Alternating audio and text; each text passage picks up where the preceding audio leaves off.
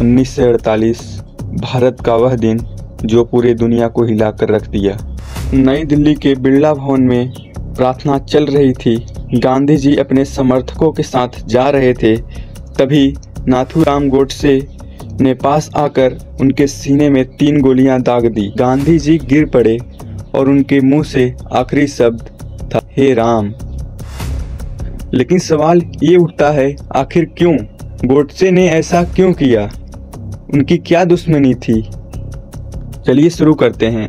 आज हम इन्हीं चीज़ों पे बात करेंगे इस वीडियो में।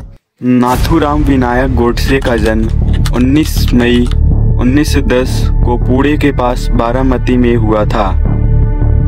वह एक साधारण ब्राह्मण परिवार से थे। उनके पिता पोस्ट ऑफिस में काम करते थे। गोडसे बचपन में धार्मिक थे और बाद में राष्ट्रीय विचारधारा से प्रभावित हुए। वे शुरुआत में गांधी जी के प्रशंसक थे, लेकिन समय के साथ उनके विचार बदलने लगे। वे हिंदू राष्ट्र के विचार से जुड़ गए और हिंदू महासभा जैसे संगठनों के सदस्य बने। साल 1947 भारत आज़ाद तो हुआ, लेकिन 2 टुकड़ों में बट गया, भारत और पाकिस्तान। विभाजन के दौरान लाखों लोगों की जान गई और करोड़ों लोग बेघर हो गए। इस भयानक दौर में गांधी जी हिंदू मुस्लिम एकता की बात करते रहे। वे रोज उपवास करते, शांति और अहिंसा का संदेश देते, लेकिन कई लोगों को लगा कि गांधी जी मुस्लिमों के प्रति ज़्यादा झुके हुए हैं। नाथूराम गोडसे को लगता था कि गांधी जी के फैसलों की वजह से हिंदुओं के साथ अन्याय हो रहा है। आज़ादी के बाद तय हुआ कि भारत पाकिस्तान को 75 करोड़ रुपए देगा, क्योंकि वह भी ब्रिटिश इंडिया का हिस्सा था। भारत ने पहले 20 करोड़ दे दिए थे, लेकिन बाकी 55 करोड़ रुपए रोक लिए, क्योंकि उस समय पाकिस्तान से कश्मीर में हमले हो रहे थे। गांधी जी को लगा कि न्याय संगत का तरीका यही है कि समझौते के तहत बाकी पैसे पाकिस्तान को दिए जाएं। उन्होंने इसके लिए अनशन भी शुरू किया। भारत सरकार झुक गई और पैसे दे दिए, लेकिन गोडसे और उनके साथियों के लिए यह फैसला देशद्रोह जैसा लगा। उनके मन में यह विचार पक्का हो गया कि गांधी जी पाकिस्तान का पक्ष ले रहे हैं। गोडसे मानते थे कि गांधी जी की अहिंसा की नीति ने हिंदुओं को कमजोर बना दिया।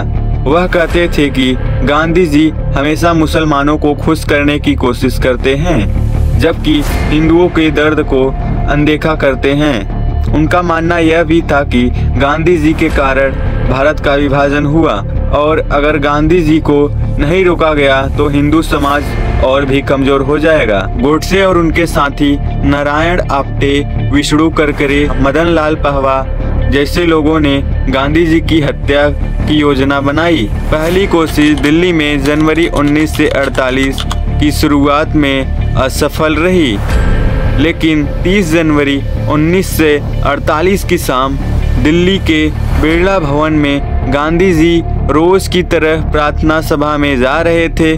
गोडसे ने आगे बढ़कर नजदीक से 3 गोलियां दाग दी। गांधी जी का आखिरी शब्द था, हे राम।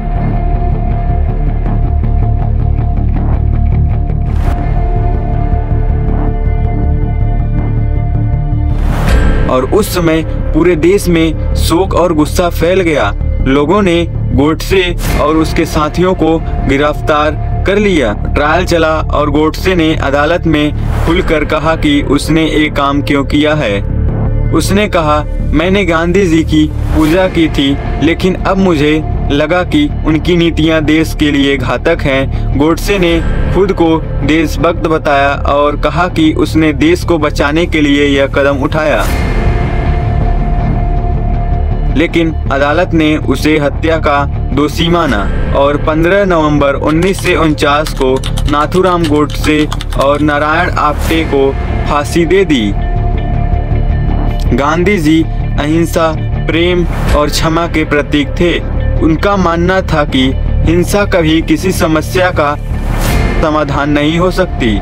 गोडसे का मानना था कि कभी कभी हिंसा भी राष्ट्र हित में जरूरी होती है। यह दो विचारधाराओं की टक्कर थी, अहिंसा बनाम प्रतिशोध।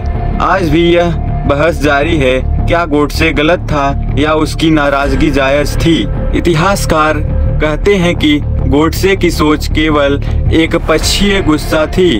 गांधी जी का सपना था कि एक जैसा भारत जहां हर धर्म हर जाति बराबर हो।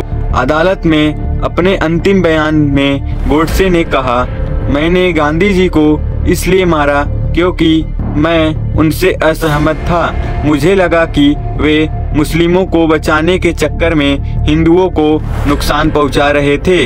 अगर मुझे हजारों बार जन्म लेना पड़े मैं वही करूंगा। यह बयान आज भी इतिहास के किताबों में दर्ज है।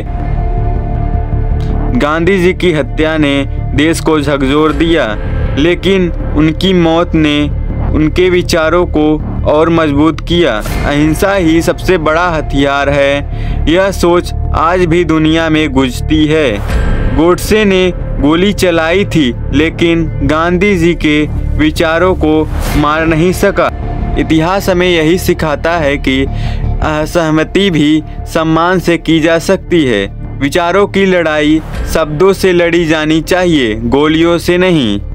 अगर वीडियो पसंद आया हो तो वीडियो को लाइक करें और चैनल को सब्सक्राइब कर लें। मिलते हैं किसी और ऐसे ही वीडियो में। जय हिंद।